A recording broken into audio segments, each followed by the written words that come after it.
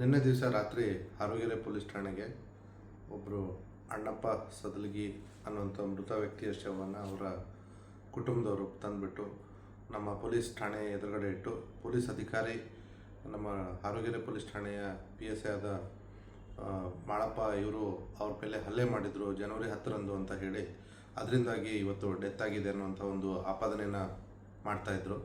ಸುಮಾರು 100-150 ಜನ ಅವರ ಕುಟುಂಬರು ಮತ್ತು ಅವರ ಸಂಬಂಧಿಕರೆಲ್ಲ ಬಂದು ಅಲ್ಲಿ ಸೇರಿದ್ರು.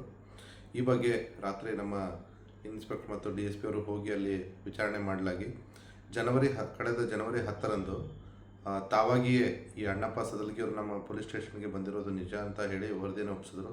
ತದನಂತರ ಮತ್ತಷ್ಟು CCTV ಮತ್ತು ಡಾಕ್ಟರ್ಗಳಿಂದ ವೈದ್ಯಕೀಯ ದಾಖಲೆಗಳನ್ನು ಕರೆತಂದು ಪರಿಶೀಲಿಸಲಾಗಿ ಈ ಮೃತ ವ್ಯಕ್ತಿ ಅಣ್ಣಪ್ಪರವರು 2017ರಲ್ಲಿ ಅವರಿಗೆ ಒಂದು ಹೃದಯ ಸಂಬಂಧಿ ಕಾಯಿಲೆ ವಿಚಾರವಾಗಿ ಒಂದು ಆಪರೇಷನ್ ಆಗಿತ್ತು.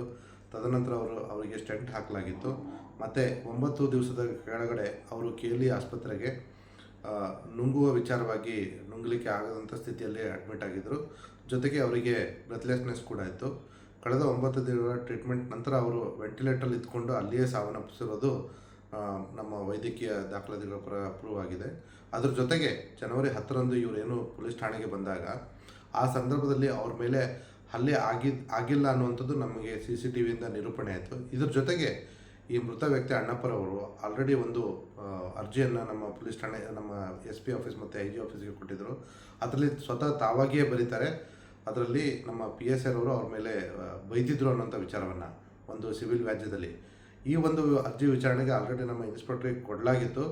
ಆ ಅರ್ಜಿಯಲ್ಲಿ ಬರೆದಿರೋ ಪ್ರಕಾರ ಅವ್ರ ಮೇಲೆ ಹಲ್ಲೆ ಯಾವುದೇ ಕೂಡ ಆಗಿರೋದಿಲ್ಲ. ಆದರೆ ಇವಾಗ 28 ದಿನಗಳ ನಂತರ ಆಸ್ಪತ್ರೆಯಲ್ಲಿ 9 ದಿನ ಬೇರೆ ಕಾಯಿಲೆಯಿಂದ ಅಡ್ಮಿಟ್ ಆಗಿ ಅವರು ಸಾವನ್ನಪ್ಪಿದ್ರು ಕೂಡ ಅನವಶ್ಯಕವಾಗಿ ಕೆಲವೊಂದಿಷ್ಟು ಜನ ಪೊಲೀಸರ ಮೇಲೆ ಅನಗತ್ಯವಾಗಿ ಅಲಿಗೇಷನ್ ಮಾಡ್ತಾ ಇರೋದು, ಆಪಾದನೆ ಮಾಡ್ತಾ ಇರೋದು ಕಂಡುಬಂದಿದೆ. ಈ ವಿಚಾರವಾಗಿ ನಾವು ಮುಂದಿನ ಕ್ರಮವನ್ನು ಕೈಗೊಂಡಿದ್ದೀವಿ. ಕಳೆದ ರಾತ್ರಿಯೇ ಬೆಳಗಿನ ಜಾವದಲ್ಲಿ ಮೃತ ವ್ಯಕ್ತಿಯ ಮರಣೋತ್ತರ ಪರೀಕ್ಷೆಯನ್ನು ನಡೆಸಿ ಮೃತರ ಸಂಬಂಧಿಕರಿಗೆ ಮೃತರ ಶರೀರವನ್ನು ಹ್ಯಾಂಡ್ ಓವರ್ ಮಾಡಲಾಗಿದೆ.